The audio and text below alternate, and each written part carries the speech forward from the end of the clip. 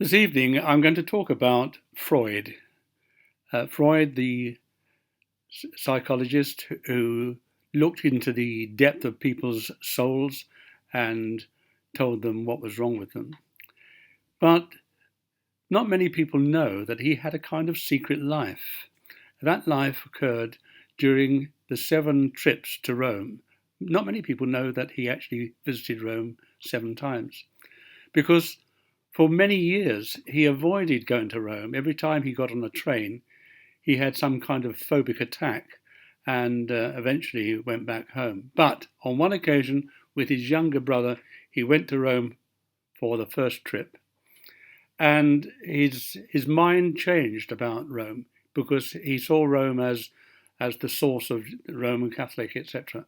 And he was intrigued with its history and with its many historical layers, rather like the many layers of the human psyche. So he actually used lots of ideas about human psychology from Rome itself. But the most interesting thing is that on his 7 visits, he kept some notes which were not available to many people after he had died. And what we discover from those notes is that he had several romantic attachments to various people who were young Roman Catholic priests. And he even had one who used to visit him in Vienna. I wrote a book called Freud in Rome. Here it is, Freud in Rome. And this book looks at what is going on during his visits. Now, many people know that he had homosexual tendencies. They know that he had several homosexual relationships. In fact, one of them was very long, at 6 years. And when he went to Rome, he was dazzled by the Roman beauty of these young, newly made priests.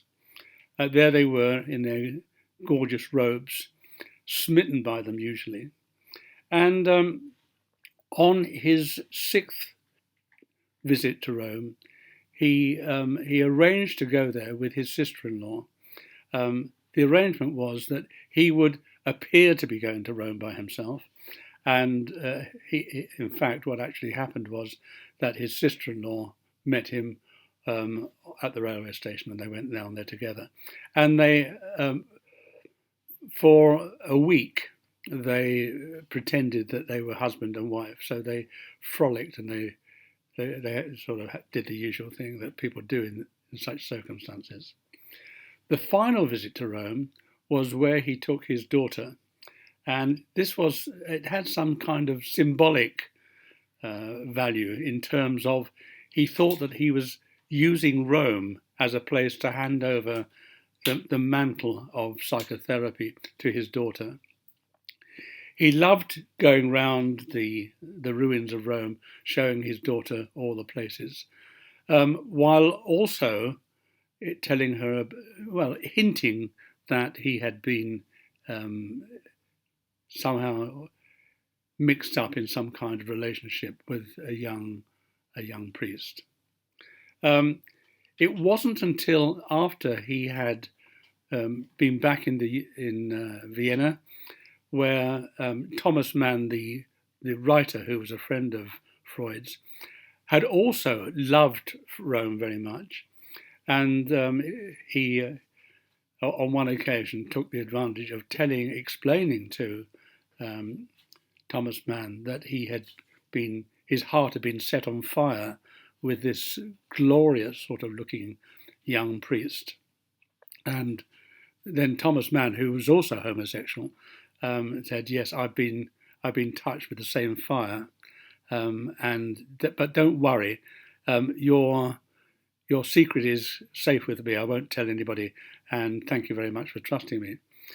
So, of course, this was coming up for the time when Freud would actually have to leave Vienna because of the Nazis, and Freud handed over his private secret notes to Thomas Mann, who put them in trust with a solicitor in Vienna, and then disappeared into England and then died. And then, of course, after the war, these notes, some of them surfaced, some of them were on the market for collectors, etc.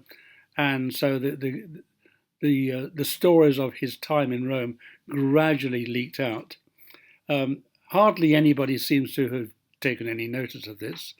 I've had a particular interest in this because my whole sort of philosophy of life is that if there's something that's going on or something that's hidden, then it's probably more interesting than the stuff that isn't hidden.